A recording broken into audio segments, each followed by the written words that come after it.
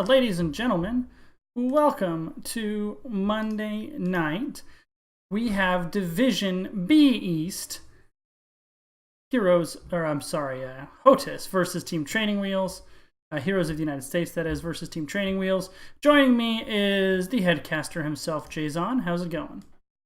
Good. We just got done with our Monday night showdown. Really nice match in C East. Now we're going to move up a little bit here to B East and going to see if HOTUS can keep on their roll that we've been seeing them on in the back half of the season as they head in towards these playoffs, or if Team Training Wheels can pull those wheels out from under HOTUS. Yeah, and apologize to the people that can see me messing with my own cam settings. But I am... I apparently neglected to set that up. And now I'm back. Okay, that should be it. That should be done. That should look good now. Looks like we're going to Alterac Pass, and this will be Team Training Wheels' choice of map. And while we're waiting for them to get started, let's go ahead and take a look at the standings, Jason. You mentioned it. HOTUS, after being the first team to defeat Ghillie Shark last week, has won 2 matches since then, skyrocketed from 6th place into 2nd place with a chance to take the number 1 seed. They have been absolutely on fire, the back-to-back B East champs. Yeah, and I might be stealing a little bit of knowledge that I acquired from our new Nexus Edge episode that came out this afternoon, but I really think that you guys made a great point on there about how these guys come alive at the end of the season. They know when to really be strong and when to start winning and hitting their stride. They are the 2-time B East defending champions, so not surprised to see them coming on late in the season. Never a surprise to see these guys perform well and win. They just know how to do that. And on the flip side, Team Training Wheels started off red hot with a convincing domination over Reborn Knights Black. Since then, has been an up and down season. They've had some roster shuffling a little bit, had some good wins, had some disappointing wins. Currently sitting in 7th place with a solid 10 points. Jay, this will be their last game of the season, though. And Excel Esports, Duratan's Couch, 9 points, 8 points, both still have 2 games left to play. So Team Training Wheels, there is a very real chance if they don't pick up some points here tonight, they could fall out of playoff contention. This is a really tough matchup to end the season on, and a matchup that they really need points. Yeah, I would say it's an uphill battle here for Team Training Wheels, but I think you're burying the lead, Mongoose. You got to remember that the only real thing that matters is that they have the coolest logo in NGS. They do. They do. They have a custom Carbot logo, which is not on screen now, but you guys will see it when we go to the draft screen, which should be any moment now. Any moment now, Vamp. Yep, basically. It's our fault. I didn't give them the R yet. I wanted the chance to give the game its due justice going in because it's important for both of these teams. HOTUS, we mentioned reigning B East champs, but I know they were the number 1 seed in the regular season B East last season, and I'm pretty sure the season before. So not only trying to be 3-time back-to-back B East playoff champs, but back-to-back B East regular season champs, if my memory serves as well. Yeah, this would be the 3rd in a row if they took it this season, and nobody knows that better than me. We faced off against them in Season 4, and they're quite a team to have to go up against. So, like I said, Team Training Wheels got their work cut out for them tonight, but these teams, for the most part, both have been a little bit hot and cold throughout the season, so there might be a little bit of factor for just who shows up tonight ready to fight, and if either team shows up a little flat-footed. And if you're Team Training Wheels, I think you really want at least 2 points. But the flip side of that is, given how red hot HOTUS has been, you're not disappointed if you only get 1. But 2 points, they're going to be in a really good spot for playoffs. 1 point leaves them pretty vulnerable, a little dicey. And if they don't get any games, that's really dicey. And that is a great ban. Like Regen Blue, Team Training Wheels does like their Abathur.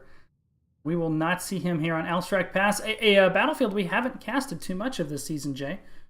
Yeah, we actually just came out of a Game 3 in our Monday Night Showdown on Alterac Pass. A couple things that we had talked about was how big a priority we see from these teams on the mid lane, particularly for those mid camps to be able to push with the armor shred that they have is incredibly strong.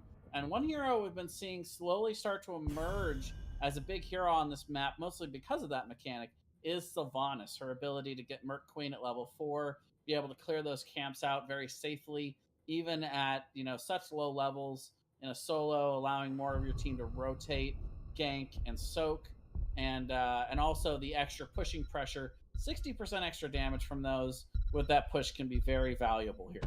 Yeah, and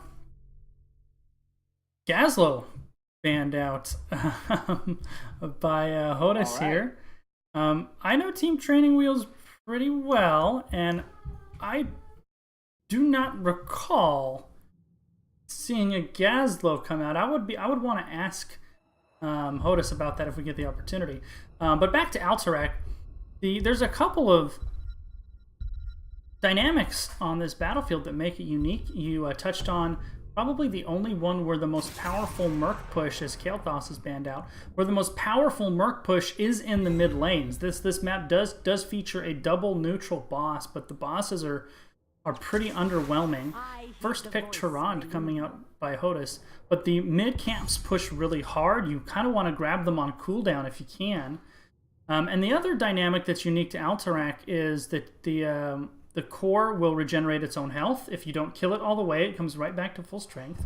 The core does hit pretty hard, and it gets weaker the more keeps you have taken down. So most other maps, you just blow through one keep and go straight to core. Here, if you're going to go toward the core with 2 keeps up, you better be sure you're going to finish that thing. And most teams really try to knock 2 down before they target core. Blaze and Giggle Schmack on Maiev for Team Training Wheels.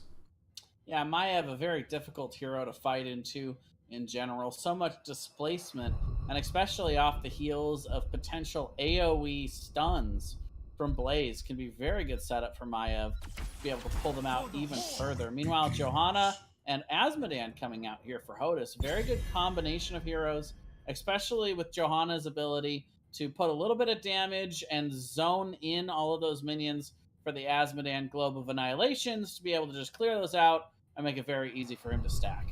So we do have an update from our on-field reporter, Zhao, who is a player on Team Training Wheels. Their sub today is like a level 500 Gazlo.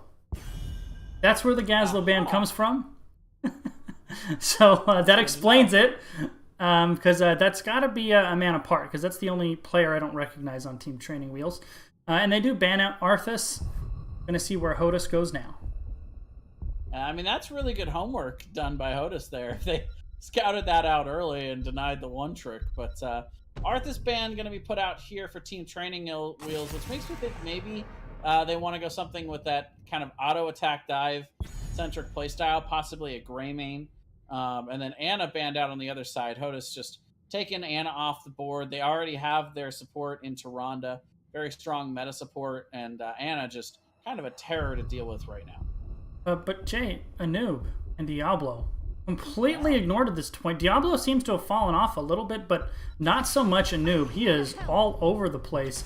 And it's going to be a Thrall and a Jaina coming out for Team Training Wheels. Does that mean this is main tank Blaze?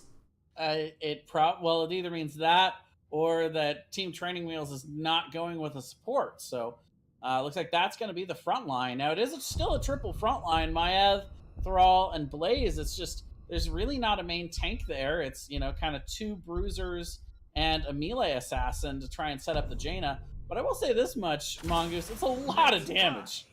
It is. And we have Falstad Sonya coming out here for HOTUS. So that's a couple heroes I haven't casted in a hot minute. Falstad and Sonya. And let's see who a man apart is going to grab. Are we going to have main tank Blaze or a no support comp coming out for Team Training Wheels? I'm going to guess it's probably going to be a main tank Blaze. You would think, you need a support, and there it is, the Rhaegar, especially on these map objectives, which can go so long. And a lot of times it's just a war of attrition. And if you've got the support on your side, you can just kind of play it safe and wear him down and eventually push him back. But there is just a ton of damage, a lot of engage potential, follow-up potential to these charges, and then the pull-ins from Maiev. If you have that big kind of bursty mage like a Jaina or a Li Ming, they love to follow up off of those tethers where it's very telegraphed where they're going to be and where they're going, whether they come in with the tether or they get pulled by it. Overall, I don't know who I like better in this draft. More standard, a little more old school from HOTUS, but a little unorthodox from Team Training Wheels. But like I said, they got a lot of damage on their side here. Most importantly from Team Training Wheels, other than the sub, they are all rocking the Carbot minion portrait that matches their logo. So I'm going to give the advantage to Team Training Wheels just for portrait logo synergy. All right, men. So the blue team, Heroes of the United States, eyeing first place in B East. We have Watson playing Johanna, Blaze playing Falstad, which is confusing, Clyde DH on Asmodan, Jub on Tyrande, and Waterboy TKD playing Sonya. And on the right, Team Training Wheels, we've got Ryukin playing the Blaze, Gigglesmack on the Maiev, Confused playing the Jaina, a man apart on the Rhaegar, and Seraph going to be on the Thrall. I will say for Team Training Wheels, they have a lot of circles, Jay. They have Vault of the Wardens, assuming that's what he has to go. Everything Jaina does is pretty much a circle. Blaze, if he goes Combustion, question mark. And he did take the Unstoppable quest at 1, which if you're going to go Combustion, you really want to take that. So that is a possibility here from Team Training Wheels, and Thrall just kind of getting in there and mixing it up. So let's see what Team Training Wheels does as a hard rotation coming down from HOTUS onto the Thrall. Seraph backing up. A nice double rotation here, stacking Asmodan early. Also, one thing I wonder for the side of Team Training Wheels is if this might be a Bloodlust comp. I know they have the Jaina that won't really take a lot of advantage of that, but the front line, very scary. A lot of auto attack damage, and that spread healing could be a big factor. Of course, the Ancestral also incredibly strong in this matchup as well, but I'm keeping my eye out when level 10 comes around to see what Rhaegar picks. Yeah, I think it's probably got to be the Ancestral, because really the only one that hard benefits from it is going to be that Thrall. If they had another auto attacker on the backside, I could see it, but that's a lot of heroic investment, giving up Ancestral for the sole benefit of Thrall. That would be surprising, I think. So right away, both teams playing the rotation game. We've got Clyde on the Asmodan here, 45 stacks so far. So pretty good start. Watson going to be helping him out with that quite a lot. Neither team prioritizing the camps just yet. We're nearly a full minute with them being on the board here, and neither team looking to pick them up going into the mid lane. Maybe they might both be waiting for the objective here to pick these up, though. And actually, as you say that, Sonya Falstad started theirs for HOTUS, Rhaegar, Jaina for Team Training Wheels, so teams kind of mirroring each other here in the early going. Yep, they heard me. They wanted to see what was going on, and they went ahead and picked them up on both sides. But it'll be interesting to see who wants to push with this. A lot of times these camps just kind of meet each other in the mid and clear out. So if either team wants to try and push here in the mid, it can get a nice amount of damage to start to set up that priority lane for later.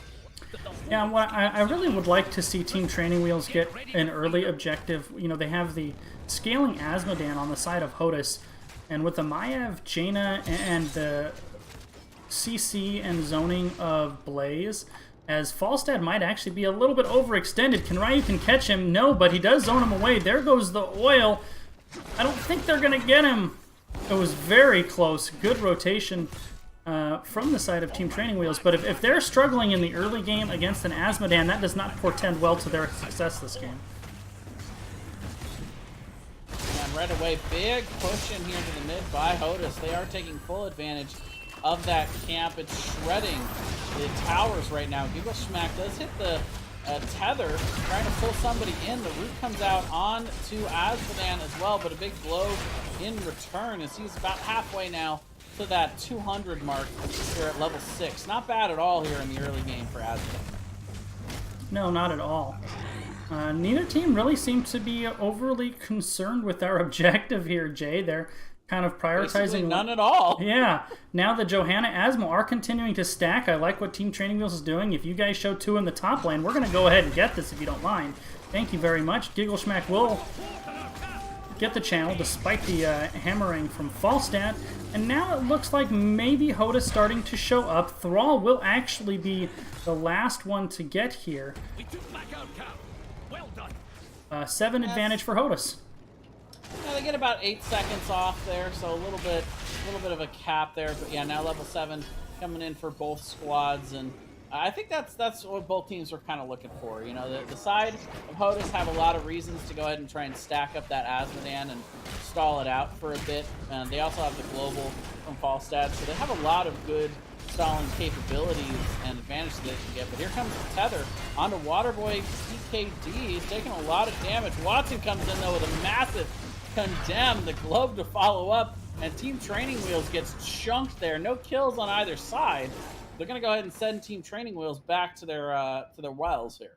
Yeah, both teams really tore into the other one and then simply kind of backed up with their bruises. Neither team securing a kill, but I love that once again getting that mid camp on cooldown for HOTUS. It's going to give them a little bit of a macro advantage here. And something I noticed when Team Training Wheels did secure that objective for a short while, with this comp, their ranged poke to delay channeling is very limited.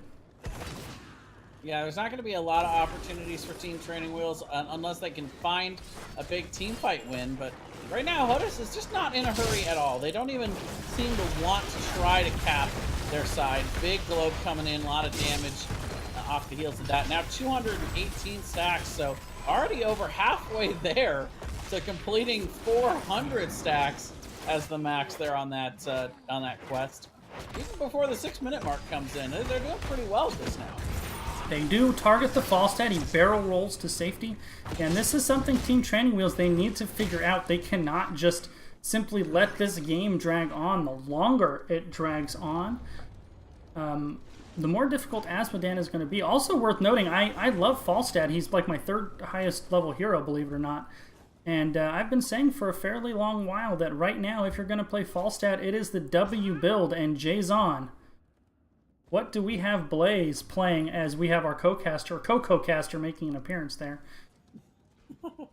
Yeah, she likes to jump up and take a look at things from time to time. But yeah, Bribe coming in at level 1, so not only is that going to really empower a lot of what Falstad's trying to do with that wingman talent, but also it's going to give them easy access to these camps throughout the match as he gets those bribe stacks. So again, HOTUS just slow playing this. They're winning the race to 10. They're getting a lot of extra structure damage, and you can see Falstad already on top of that, ready to get it capped as soon as it was coming up. So great macro play coming out from HOTUS. They're willing to play this nice and slow, and now are finally just starting to try and get the cap on this objective as they get that level 10 tier advantage.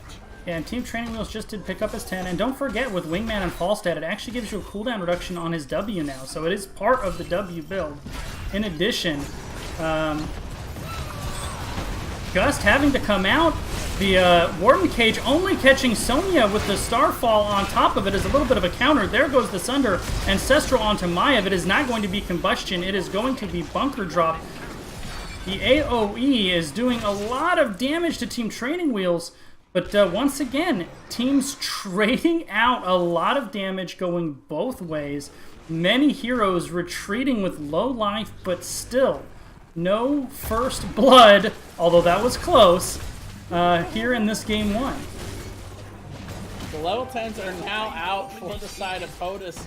We are going to see the Mighty Gust, Starfall, Wrath of the Berserker, Blackpool, and the Blessed Shield. And 4 Team Training Wheels, Bunker Drop, Warden's Cage, Welly, Ancestral Healing, and Sunder. And Jay, I really do not like how this game is going for Team Training Wheels. HOTUS just has way too much control over what's going on here. They are completely dictating everything in this game.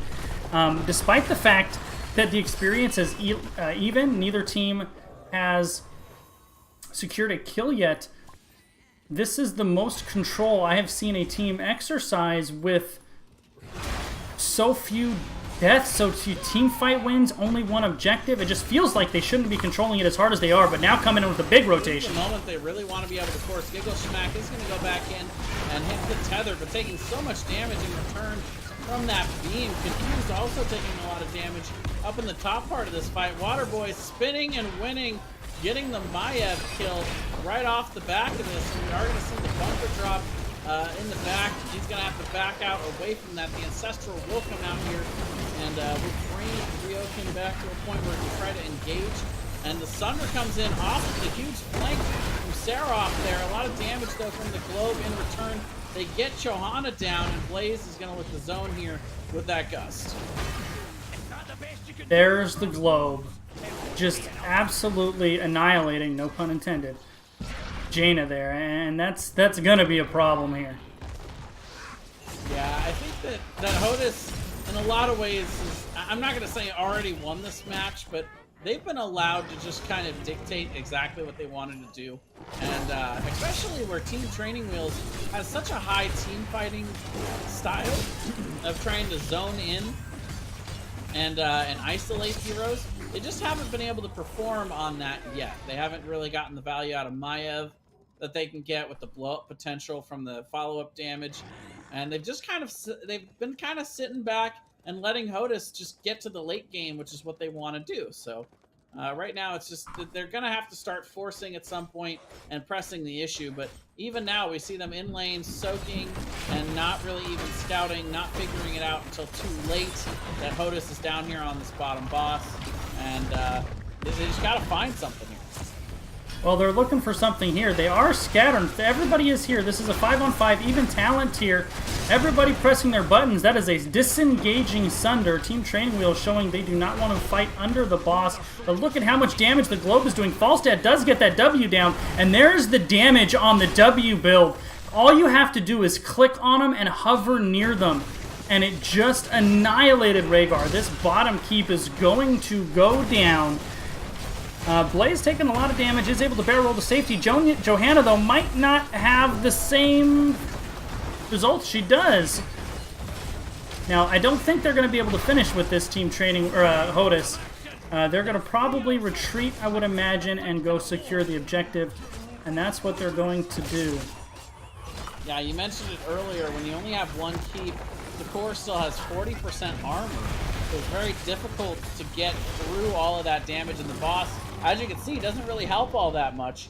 And you don't get to stick damage onto the core. It automatically regenerates itself here on Alterac Pass, which is a pretty unique mechanic here on this map. But you will see them go ahead and back up. They're not even trying to get the objective. They're prioritizing the camp, as do Team Training Wheels. So I don't know. This is kind of a okay moment for Team Training Wheels. They were able to keep the game going. They'll now get an opportunity to try and force a fight on the same talent tier. But we'll see if they can actually execute that with HOTUS a little bit out far in lane here in mid. And there goes the Warden's Cage. They tether Sonya back into it. She is in a lot of trouble. Gust coming in too late. Sonya the first to fall. Not getting anybody on the jet propulsion, but that is the first moment the Team Training Wheels has had. But look at the globes. They're just so low, and everybody on the side of HOTUS, other than poor Sonya, is at full health. Yeah, I don't know. Clyde just doing so much damage from so far away. Now, Blaze is getting a little bit isolated here. The tether, though, not quite getting the pull. Sunder going to try to continue to zone them out, but Watson doing a nice job of just kind of being in the way there, soaking up some of that damage. Blaze going to go in again with that just massive thunder, just raining down onto Blaze. We'll be able to hop into the bunker, as will multiple members of Team Training Wheels. But the globe! Oh man, Ryken just barely living, but that's really starting to hurt. We're up to 400 stacks for that globe, and it's just chunking right now. And that wasn't some squishy who ate that globe. That was Blaze. Main tank Blaze. And one of our analysts, Munkus, making an observation. I alluded to this in the beginning game. I said all circles for Team Training Wheels, but Jay, they went no circles.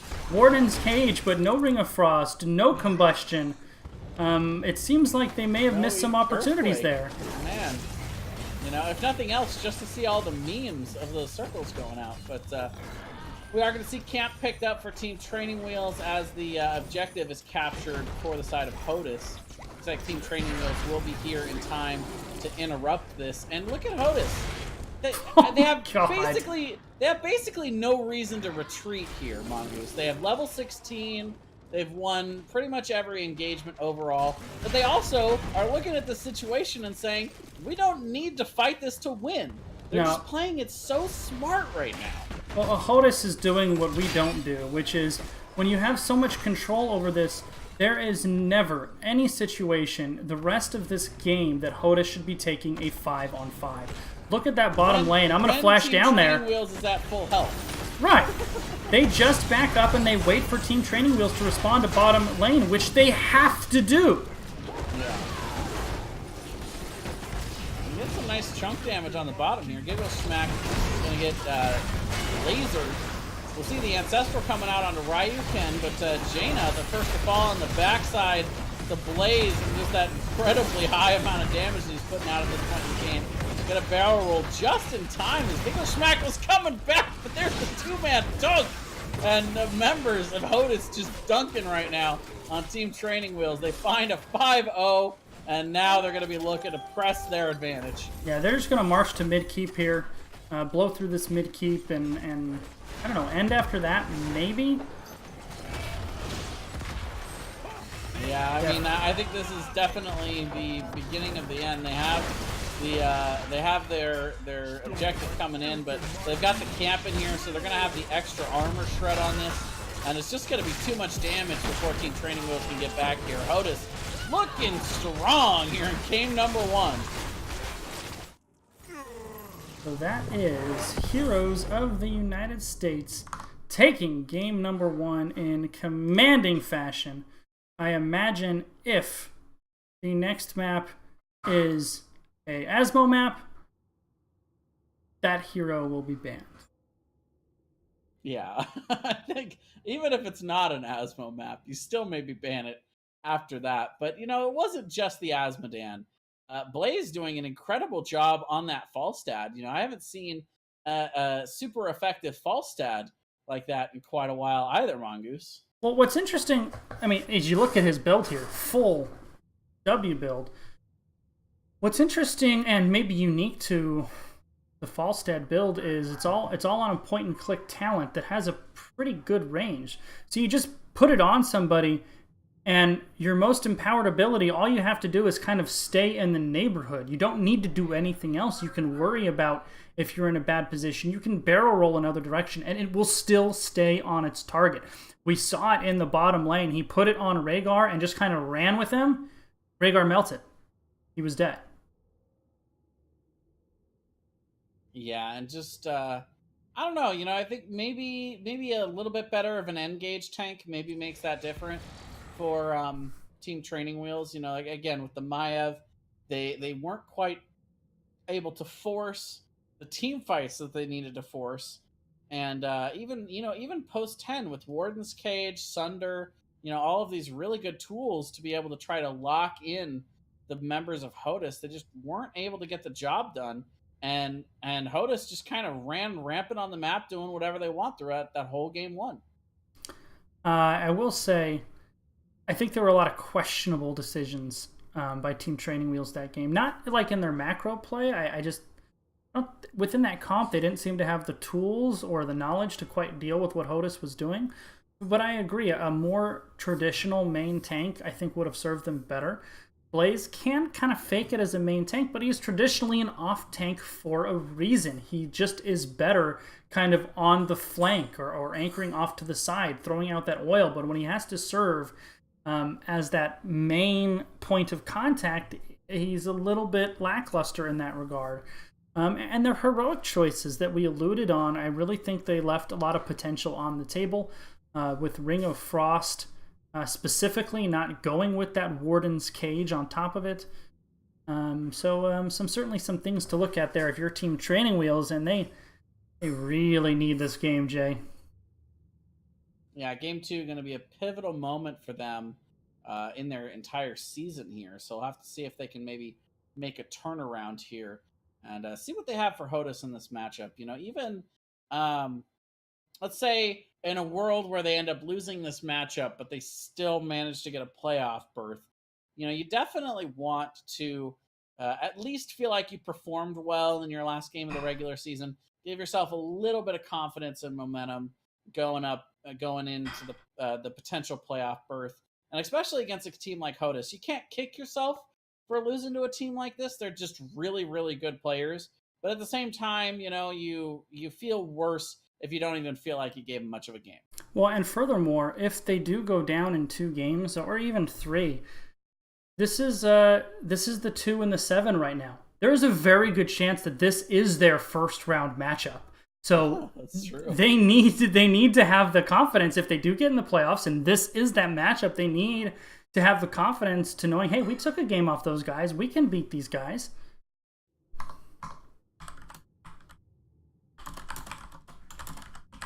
So it looks like Confused and Team Training Wheels are going to take map pick, and let's see where they take us. All right, should be interesting. Especially after that kind of experience, I kind of want a map that's going to force the enemy team to come fight me, that they can't just sit around all day and wait. So I might pick something like, like a Volskaya Foundry, maybe an Infernal Shrines, Battlefield of Eternity. Battlefield of Eternity. There you go. Is that where we're going? It is not, but that's if you're Team Training Wheels and that's what you've identified, hey, we can team fight these guys, but let's take that map control out of it. That is the place that I take them. I don't know if it was banned, but actually, I wonder if I can check that. They told me earlier, and I banned Towers and Dragonshire. So Battlefield of Eternity is still on the table.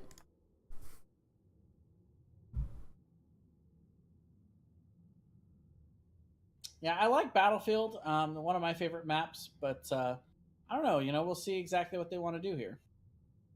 Definitely got some options. And on the flip side, the first half to 2/3 of the season, HOTUS was solid. After an initial struggle, they had a rough first week, but kind of slowly ramping up. But boy, oh boy, do they look good now. Yeah, they just kind of seem to get stronger and stronger every match now. And again, a lot of this game is about confidence. It's a lot of mental, gameplay in terms of keeping the momentum rolling. And boy, you go in and you beat Gilly Shark on a Monday Night Showdown the way that they beat Gilly Shark. That's going to do wonders for your confidence. Yeah, especially, probably I'm going to say the best rivalry in NGS has probably been those two. They keep meeting in the playoffs. They're always in the same division. They always have great sets. And then last week, they have a pretty competitive game 1 that HOTUS pulls it out. But game 2 was it was like a boulder rolling downhill. There was just no way to stop it. HOTUS took it in, 12 minutes. It was a really dominant performance, really putting their stamp on the season, kind of announcing their presence with authority, if you will.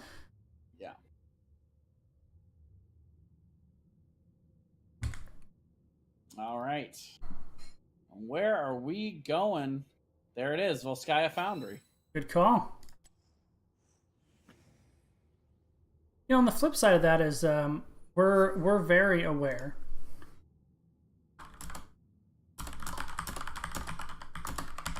We're very aware, Jay, what it's like being on a team that is so up and down and inconsistent. It's hard to know what to expect out of yourself. And I'm sure Team Training Wheels is going through that because they've had some great sets this season. And then they've had some where you're like, was that the same team I watched last week? Right. Well, and they also do have a sub in, so that's part of a factor. That's true. In that too. You're not going to have as much synergy with that 5th guy, but ultimately that's probably not usually enough to actually change. Let's see. Oh, okay. There we go. And yeah, it'll be interesting to see what kind of adjustments they do make, because this map, still very heavy priority on the camps, but this time it's more about pooling those resources from the items that you can get from the camps. And so, we'll see which teams continue to prioritize that. I felt like both teams we're pretty good about getting those mid camp clears. But I don't know. We'll see if HOTUS maybe wants to do that Falstad thing again. That was pretty entertaining and And effective. I think you're going to ban Asmo, right? If you're team training wheels. Mm-hmm. Yeah, I mean this Yeah, this is an Asmo map. I don't think you ban the Falstad, but I think you either ban the Asmo or maybe you ban the Johanna, but it's not quite as well enabled. But that might not stop HOTUS from taking it again. Well, I think last game, Team Training Wheels banned out the Zeratul. Assuming HOTUS has a Zera player, you always ban. If you know they have a Zeratul player, you ban it out. So that one's got to go, and that means the other one is Asmo, and you deal with whatever else is out there. Falstad was good, but Falstad is squishy and susceptible to dive. There are things that you can do to counter the Falstad if that's the way that they go. But that Asmo was a problem. So if I'm Team Training Wheels, it's Zera Asmo out in the first rounds. And I'm still shocked. Anubarak made it through a draft. Nobody picked him. No pick, no ban. So I don't know. It could be just a priority for the teams. It could be something that, each team felt like they were going to be able to counter, so they didn't really need to deny it, but didn't want it. But, maybe that Anubarak makes a difference if it's over on the side of Team Training Wheels that game. Been very strong in the meta. You can dive in. You can throw down the web wrap on somebody. Cocoon. There we go. It took me a second. And you can make those fights uneven, but also make it to where it's kind of hard for them to back up. If you put the cocoon down on a frontliner, the other team has two options: fight and break out their teammate, or back up and leave them just isolated on an island in the middle of the enemy team. Yeah, I do like the Anub instead of the Blaze, assuming you have that in your pool. That would have given them more consistent engagement with Anubarak. It would have allowed like a cocoon onto the Sonya when the Sonya is spinning all over, give you that 5-on-4. Anubarak is a little easier to get himself out of trouble. And would have put in so much more pressure on a squishy Falstad. Dive with the Maiev in a way that Blaze just can't. Once again, though, Abathur banned out from Team Training Wheels. I like that. If you know the other... Abba's in the same category as Zeratul. If you know the other team has an Abathur player, you have to take it off the board. And there's Zeratul as well. And now the Gazlo ban, right? Because level 500 Gazlo, you can't let that through. Especially on a map like this, where you set up those turrets onto the control point. That can be very difficult to deal with. So there it is. Well, yeah, and those bans worked out well for HOTUS last time. So there's no reason to change it. If somebody's making the adjustment here, it's Team Training Wheels. Right. And this was their map pick, so they are still not going to have that first pick either to work with here. But it does kind of allow them to be a little bit more responsive. But there it is. You mentioned it, the Asmodan ban. So they take that off the field. The Zeratul as well. I like the bans to start off here from Team Training Wheels. Yeah, I think he had to do that. He was... The biggest problem that they had last game was it was Asmo, but it was also Asmo with the Johanna too. Those two really empower one another, or Johanna empowers Asmodan really. It's another easy rotation and stack map as well between the mid and top. But Tyrande going to be the priority pickup here for HOTUS, which I like. Tyrande definitely one of the strongest healers in the game right now. I like Ana. The new Lucio looks interesting, but maybe not as effective. But Tyrande's just kind of been floating around in the top of the meta for quite a while now, since her rework a while back. And it is going to be Sylvanas and Garrosh. I expected Jaina coming out here from HOTUS. That's always a nice soft counter to the Garrosh. Really tough to play into.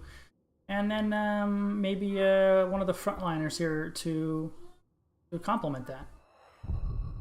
Yeah, Sylvanas, very, very strong on this map for the same reason that it's strong on Alterac Pass. If you're able to secure those turrets and put them down in her vicinity, 60% damage, extra damage coming out from those turrets. But there's your Anubarak, Mongoose. And the Jaina that I called for. I would have really liked actually Team Training Wheels if they were getting Garrosh instead of the Sylv. And Sylv is strong, don't get me wrong.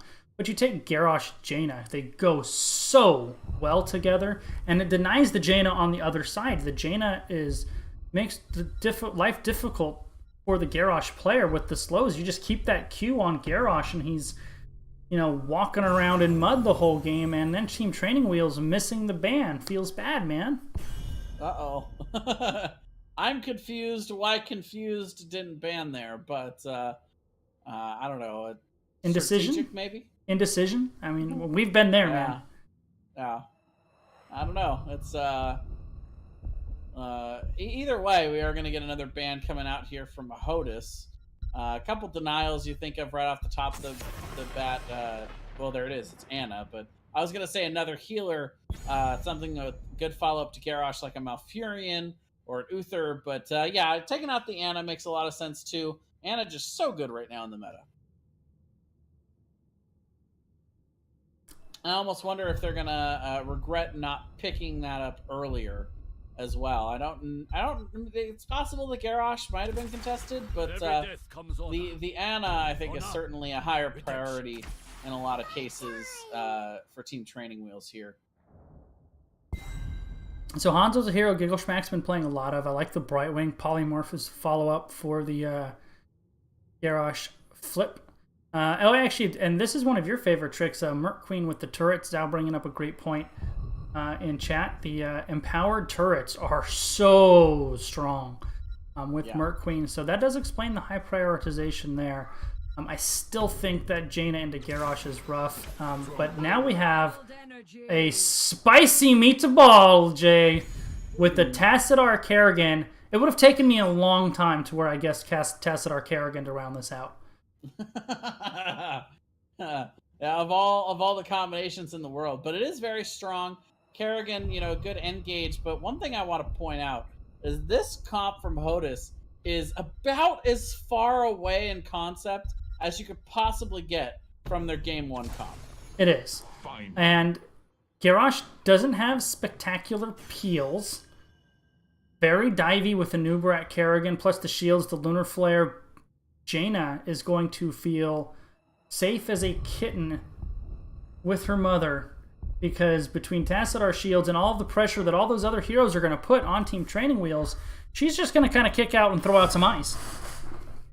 Yeah, and the Alarak going to be the final pick for Team Training Wheels, so we'll be able to give a little bit of counter pressure to that Kerrigan dive, but ultimately, Alarak, you know, not a whole lot of mobility, only the telekinesis to be able to try to get him out of trouble. And meanwhile, Brightwing, not well known as the best healer in the world for countering the blow-up potential. The Spell Shield can be nice. The Polymorph can be good to try and slow Kerrigan down as she dives in. But I don't know if that's going to be enough. Like you said, they're just going to... The potential for them to just walk right past the Garrosh and get on to the squishy members of Team Training Wheels is definitely high in this situation.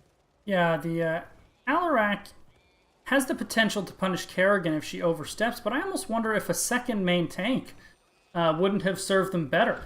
You know, somebody like, I don't know, an ETC to just peel off the dive. But either way, let's see how this goes. The blue team, heroes of the United States, Jub Blank Tyrande, Clyde H on Tassadar, Watson on Anubarak, Waterboy TKD on the Kerrigan, and Blaze dancing on the Jaina. And on the right, Team Training Wheels, we've got Confused on the Sylvanas. Seraph is going to be on the Alarak, Ryukin on the Garrosh, Gigglesmack on the Hanzo, and a Mana Park going to be on the Brightwing. But let's see how much value Team Training Wheels gets out of that Garrosh. If you want a Garrosh, you want some early picks. But between Tassadar and Anu, that is going to be a little rough. He does dive in for the globe, and then Watson gets tossed under towers. The shielding may not help him. Triple stun coming out from Kerrigan. Watson does limp away, as do the members of Team Training Wheels on the back of that. Waterboy TKD hit a triple Kerrigan combo. That may have been the difference to keep Watson up, because he definitely paid for that globe. Yeah, we do end up seeing them walk away from that situation, though. A little bit aggro, but I like the zoning. You know, Watson just kind of being the living ward, and look out, the stun, the follow-up stuns as well, and Confused just gets completely blown up. Even the cleanse there from a Mana Park not going to be enough to get him out of there. First blood going over to HOTUS. Yeah, and in pretty dramatic fashion, they were sitting in that bush. They were waiting for the rotation. They targeted the Sylve very specifically. They let Garrosh go by and just split the formation, going straight onto that Sylve, and she had very little chance. Yeah, so we do see right away the benefits of that kind of rotational denial comp from HOTUS, getting that first kill and now immediately going on to their camp. So we're going to be picking up that turret, and we'll see just a slightly later rotation onto it for Team Training Wheels, but they do get confused onto it here on the backside, and I do expect that to be a level 4 upgrade for Merc Queen. HOTUS thinking about the invade here, but I think Team Training Wheels had a hunch that might be coming. They had enough heroes down here to kind of deter that, as Confused will go ahead and pick up their turret. Now level 4 now in for both squads. And we're going to see that control point A coming in first here. We'll activate around the 3-minute mark there. And we'll have to see if either team maybe wants to look to play for the support camp. Maybe we want to drop back and pick up their own cruiser camp on the backside, or what exactly they want to do. But can confirm Merc Queen there at level 4. Yeah, and that's a good pick. I don't know if you realized there, or noticed on that rotation, Gigglesmack very wisely checking all the bushes with the Sonic Arrow and throwing his Qs. They actually found Anub'arak in that bush. And then here in the bottom lane, Anub'arak actually dove under towers using his beetles to tank those, to try to hold Sylve there long enough for Kerrigan to come and follow up. But Haunting Wave away, Confused was safe. Both teams sitting at level 5, pretty even in levels. Team Training Wheels already on the point with Alarak there. And this is a hard rotation onto the support camp here, really prioritizing the biotic emitter, HOTUS. Yeah, it's a pretty good move. They also got to watch out a man apart alone here up in the top. Can always TP down to the point once the members of HOTUS get onto this, but they're going to go ahead and clear up the top and look to get a little bit of pressure pushing here in top. They've still got plenty of time, and they more importantly have the item advantage. So right now HOTUS kind of feels like they're in control, are going to try to force Team Training Wheels to respond here, or lose a little bit of value up in that top lane. Yeah, Brightwing, I imagine, is going to be teleporting here semi-shortly. There goes the Empowered Turret. Pretty good spot there. Team Training Wheels really zoning them away hard. The counter turret from HOTUS, and there's the Lunar Flare and a 3-man combo into a Blizzard. Team Training Wheels is getting routed. Alarak and Garrosh go down, and that was the problem I had with this in draft. If Kerrigan goes in intelligently and hits her cooldowns, they don't have a way to peel her off.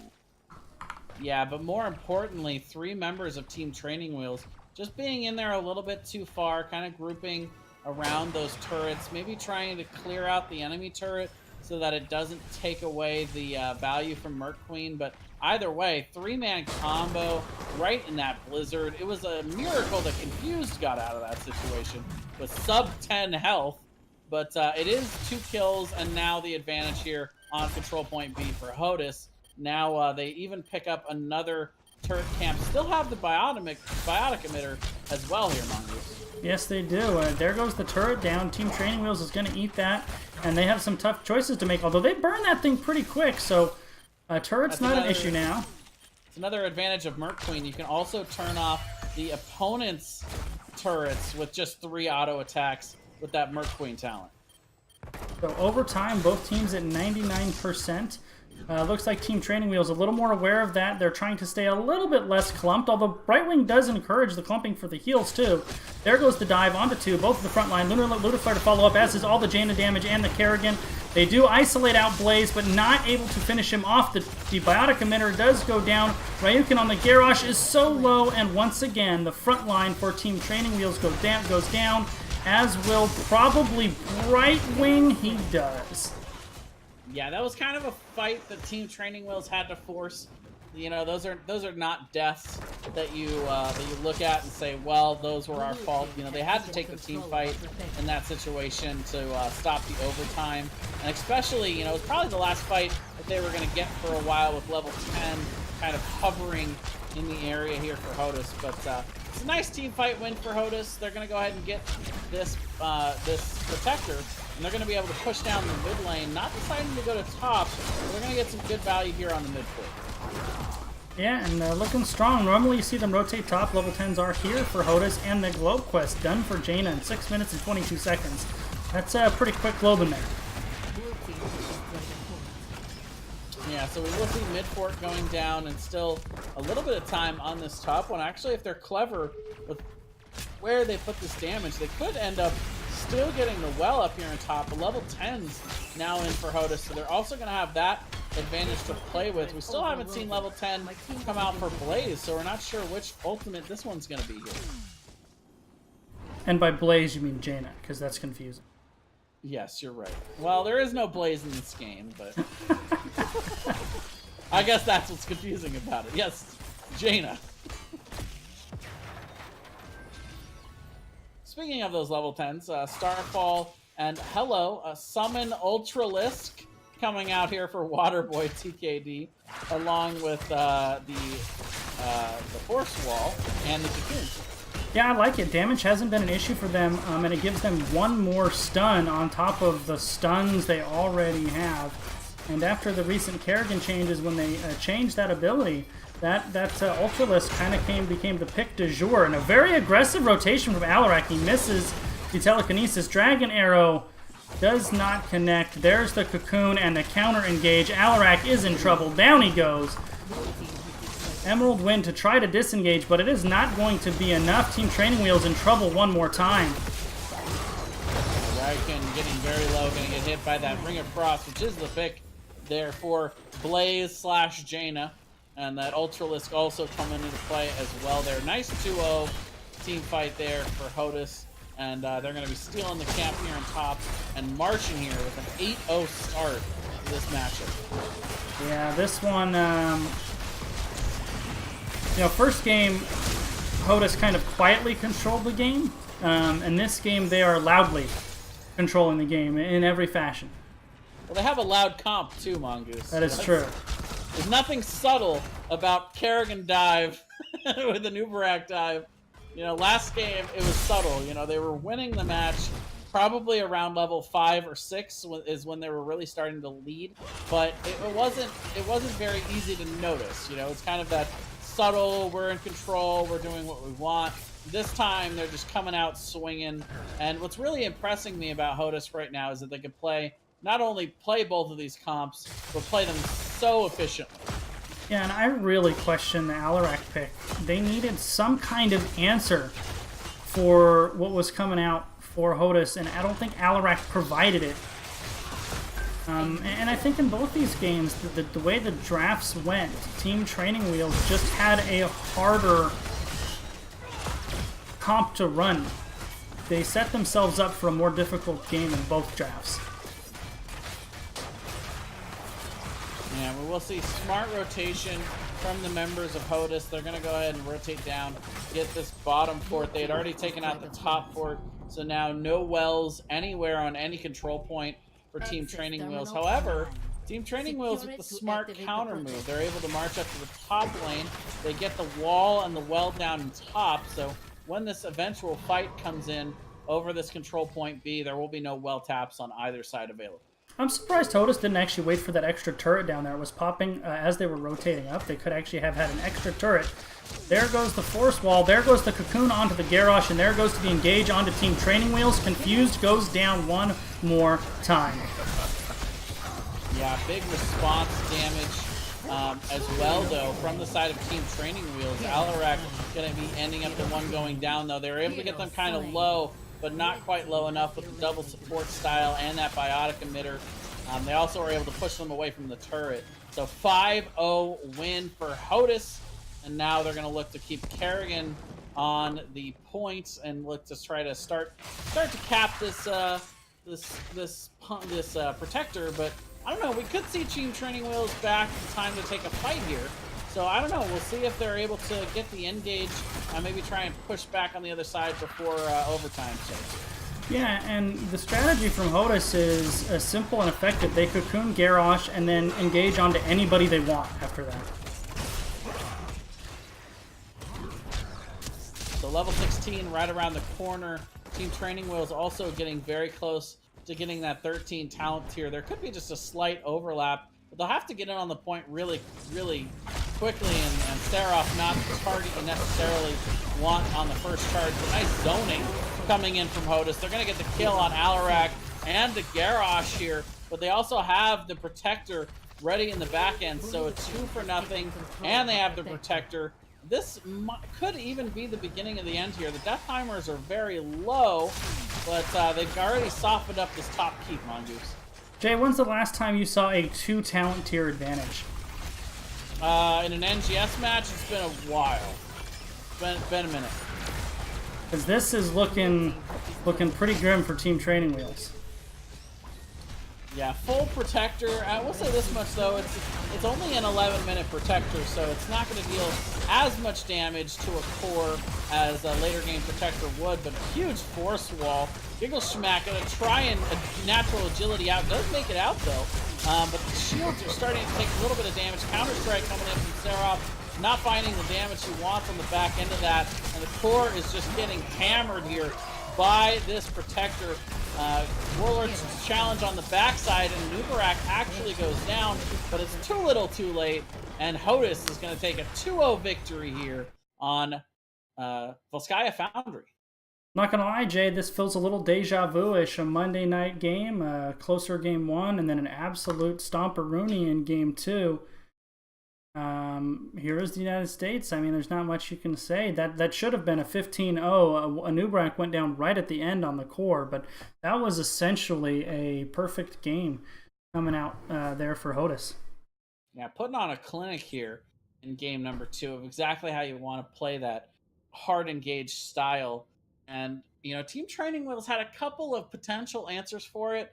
Wailing Arrow, you know, pretty good for countering a big dive. Emerald Wind, of course, pretty good for zoning them out. But you mentioned it before. I think the frontline tank not having quite enough heal potential was a bit of a problem there. But also only having the single tank frontline with just a bunch of assassins. And, you know, Garrosh just not having the protection there to be able to do that, especially pre-10 without Warlord's Challenge. And by the time they got to level 10, it was kind of already going the wrong direction. Yeah, not much else to say there. I mean, I think HOTUS was the stronger team coming in. I think they won both drafts. And if you're the team that needs to pull off the upset, you can't lose the drafts there. They fell behind game 1 in the early game, even though they had the early game comp. I mean, there's just not a lot to say on it. Let's see if we can get Blaze in here for a little interview. Is he on my... Can you add him to the call, Jay? I can certainly take or Watson. It's actually going to be Watson. See if you have Watson on your friends list to add. I do not. Okay, send the friend invite. I'll tell him to say it. All right.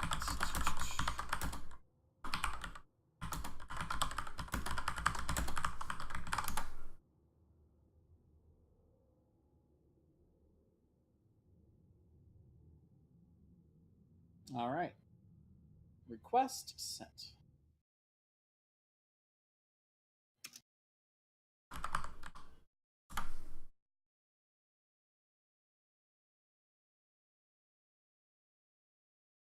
Oh. No, where did I go? Where's the button? There we go. There I am. Mr. Watson, how are you today, sir? Doing well. How you doing? Pretty good, man.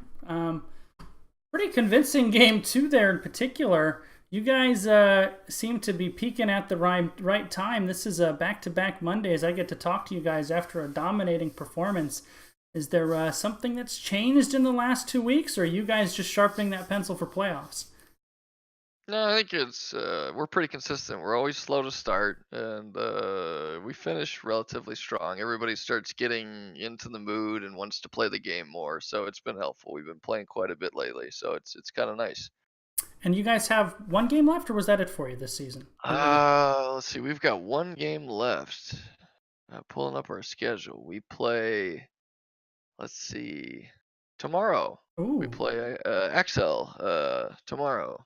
So I believe you guys have your own fate in your hands. I think you guys can take that number 1 seed from Gilly Shark with the tiebreak over him. That would be quite a climb. You guys were kind of hovering around the middle of the pack mid-season, and then just man, late game tear. Anything in particular stand out from these two games tonight, or is it just kind of it is what it is? We were pretty happy with how quick we got Asmodean stacked. Yeah, I'm not gonna lie, that was pretty fun. We were very satisfied when we realized we were at 200 stacks, and I don't even remember how many minutes it was, but it was I think we were pre-10, like we were ready to go. So, but yeah. that was an interesting. We don't like Alteric Pass, we'll be honest. So it's kind of an odd map to begin with. So. Well, you could have fooled me. You guys really manipulated that map pretty well. And one of the comments I made was, you know, for you guys have a little bit of a late game scaling comp with the Asmo, and they have kind of a what you would think to be an early game pick comp with a Maiev. That early game was all you guys, and Team Training Wheels got in trouble real quick there.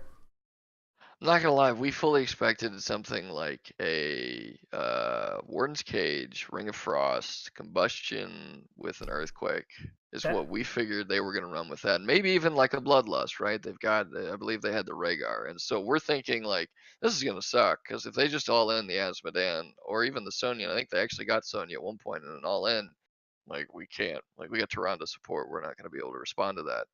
So we were surprised when they didn't. Yeah, you should cast, man, because Water Ellie and some of the others. That was exactly what I said after the fact. I said they had some missed opportunities there with their heroic selection, and you know, not syncing up with the Warden's Cage. And when they picked that comp, I figured that was 100% what they were targeting, and then they went in another direction. But I'm going to pass it over to Jason. What you got for him? Yeah, you know, we talked a little bit about the Asmodean in game one, but what I really want to talk about is the Falstad. Is that something you guys pair specifically with the Asmodean comp, or is it more in response to their hard engage? You know, what were you guys going with the Falstad there? We just wanted an extra global presence, just to give us the opportunity to get to the late game if we needed to. You know, much like you guys had thought, right? Like we've got an Asmodean, we need to get stacks, we need to get him stacked. It's a late game hero, so you know, one way to complement that is just grabbing a global, a Dahaka, a Falstad, something that can constantly soak while we're busy just delaying the objective.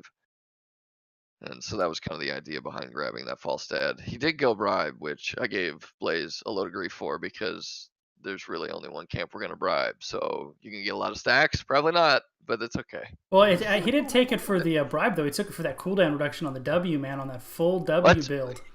You're right. See, you and Blaze, you're on the same wavelength. You know what's up. Apparently, stacking with Asmodean and getting auto attack bonus is not the thing to do. No, man. When you watch the cast, I actually go on this a lot. You know, I'm our tank player, but Falstad's like my third highest level hero, and the few times I get to play him nowadays, it's all W build because you just point, click, and then you kind of hover in the vicinity. And this thing is just churning out damage. There was a sequence there in that game where he got it on Rhaegar as you guys were running in the bottom lane. And Rhaegar is just, there's nobody near him. He's just got these lightning bolts coming out of the sky and melting him in the bottom lane. Click once and have a sandwich while Rhaegar melts. That's it, yeah. Set it and forget it. Yeah. All right, the second question I had was just overall, you know, between the Kerrigan and Tassadar and the Falstad, you guys seem to like a lot of kind of old school style heroes. Being a team that I know that's been around forever in NGS, do you find that that's a style you like, or are you still just picking specific drafts for specific games?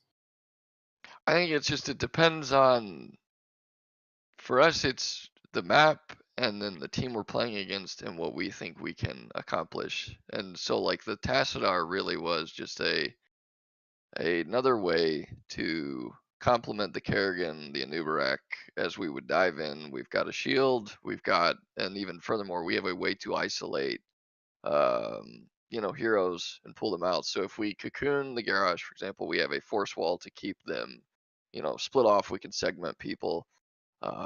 It's just another way to just kind of I think they complement each other well, and that's really for us. We'll play almost anything, like you mentioned, Jason. We played This was what, 3 seasons ago that we played your team in the Div B finals, and so you know we've been playing together for so long that anything you can probably think of or have seen, in whether it be HGC or otherwise, we've seen it, we've tried it. And so we just try and pick and choose what we think makes sense based on a lot of what we've been doing for almost 2.5, 3 years now.